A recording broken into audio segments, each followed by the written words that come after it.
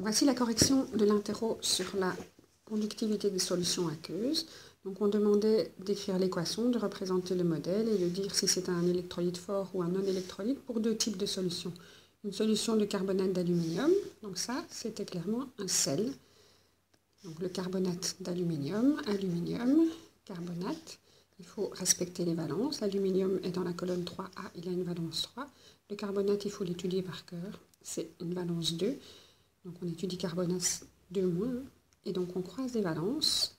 Le 2 du carbonate part à l'aluminium et le 3 de l'aluminium part au carbonate. Alors comme c'est un sel, il y a M, X et O, on le met dans l'eau et on réalise une dissociation. On se retrouve avec des ions, donc des ions Al3+, c'est sa valence, c'est un métal, il devra donner ses électrons, devenir positif, et des ions CO3-, des ions carbonate aqueux.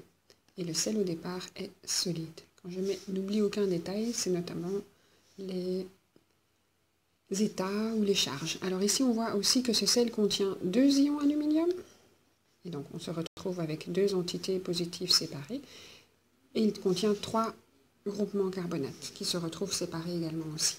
Alors en modèle, cela se représente dans un pot contenant de l'eau, pas oublier de faire l'eau, et les ions en fait sont chacun séparés. Donc il y a 3 ions aluminium positifs et il y a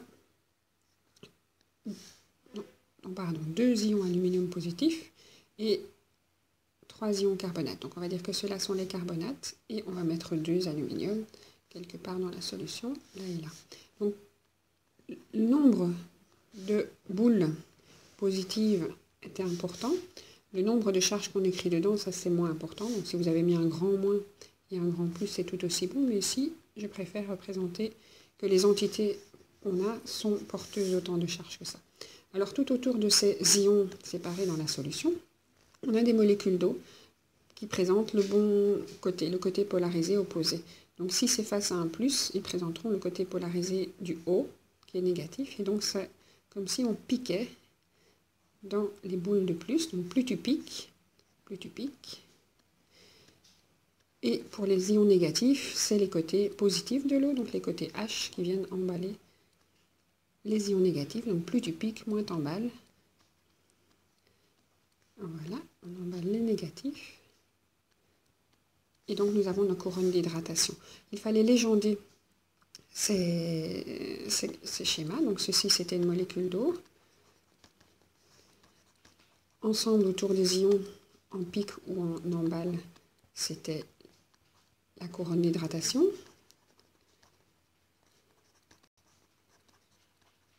Les boules, c'était les ions, plus et moins, les ions en solution. Alors vous pouvez compléter le schéma en représentant des molécules d'eau elles-mêmes reliées par des ponts hydrogène, mais ce n'était pas indispensable. Et voilà donc pour le modèle. Alors quand on a un certain nombre d'ions comme ça présents en solution qui peuvent conduire le courant, il s'agit d'un électrolyte fort. Ça c'était pour la solution A, le carbonate d'aluminium. Il fallait faire le même genre d'exercice pour l'acide acétique. Donc quand on vous donne la formule d'un acide acétique, qu'on vous précise que c'est un acide, les acides subissent une ionisation. Donc ils vont réagir avec de l'eau et ils vont donner leur H+ à l'eau. Donc on va se retrouver avec H3O+, et le reste de la molécule, qui ici est CH3COO-, aqueux, et l'eau H3O+, est aqueux aussi.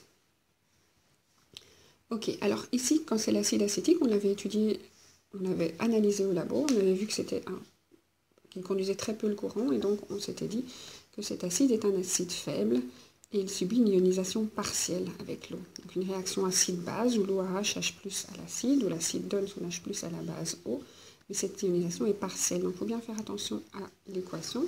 Quand on se retrouve avec un modèle de cette solution, il reste beaucoup de CH3COOH intact, de molécules intactes. Et une petite partie, seulement une toute petite partie, a formé des ions. Et même parmi ces ions, certains reforment les molécules intactes. Et donc on a vraiment une solution qui contient énormément de molécules intactes et un petit peu d'H3O+, et un petit peu de CH3COO-. Et donc ces ions subissent la même hydratation que les autres, plus tu piques, moins t'emballes. Et donc les légendes sont les mêmes pour la couronne d'hydratation, pour les molécules d'eau, pour les ions. Ici nous avons en plus des molécules intactes qui font des ponts hydrogènes. Elles sont en dispersion dans l'eau, donc on peut faire des ponts hydrogènes avec la pointe ou les bras. On ne détaille pas la molécule intacte. Donc on a ceci, c'est le pont hydrogène. Voilà, alors quand on a une solution qui contient très peu d'ions, énormément de molécules intactes neutres, on a quelque chose qui est un électrolyte faible.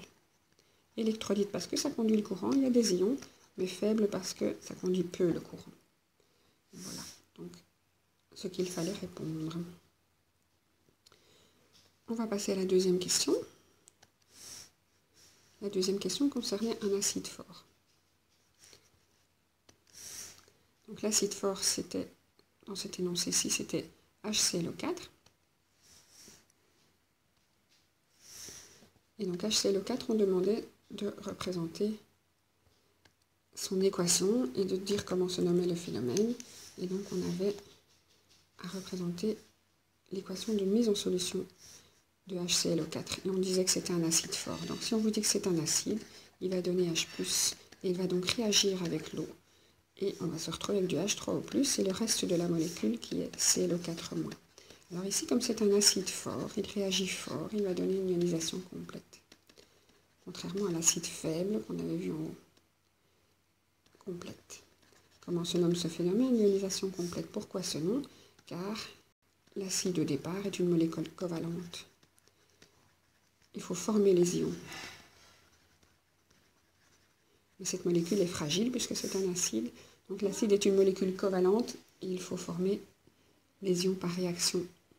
Donc, qui doit réagir. Si être ionisé, elle doit réagir avec l'eau pour former les ions. Alors la dernière question concernait l'équation de mise en solution de l'acétone. Donc l'acétone, c'est une molécule covalente, il n'y a pas de métal, et c'est un liquide au départ. Et quand on le met dans l'eau, elle va rester intacte. Ce n'est pas un acide, elle ne va pas se faire ioniser, elle va rester parfaitement intacte. Donc si on avait dû représenter cette solution, on n'aurait eu que des molécules intactes et surtout pas d'ions. Comment se nomme ce phénomène? C'est une dispersion, simple dispersion des molécules dans l'eau, et elles vont former des ponts hydrogènes. Alors on vous demande si cette solution conduit le courant. Non, non, elle ne conduit pas le courant. Ne conduit pas le courant. Et pourquoi? Parce qu'il n'y a pas d'ions. Parce qu'il n'y a pas d'ions. Et il faut des ions pour conduire le courant. Et donc, il n'y a pas d'ions. Et pourquoi il n'y a pas d'ions? Parce que la molécule est covalente, solide, est covalente, différente d'un acide et d'une base. Donc elle ne va pas s'ioniser. Une covalente solide. Différente d'un acide et d'une base, molécule covalente, on peut préciser qu'elle est polaire, c'est ça qui va donner la solution. Donc s'il n'y avait pas la polarité, on n'aurait pas de pont hydrogène qui pourrait se former pour mettre la molécule en solution. Et le nom de ce type de solution, c'est une solution de non-électrolyte. Donc, comment se nomme le phénomène? La dispersion. Pourquoi est-ce qu'elle conduit le courant? Non. Pourquoi? Parce qu'il n'y a pas d'ion et parce qu'elle est covalente, polaire, différente d'un acide et d'une base. Et ça s'appelle une solution de non-électrolyte. Voilà tout ce qu'il fallait répondre.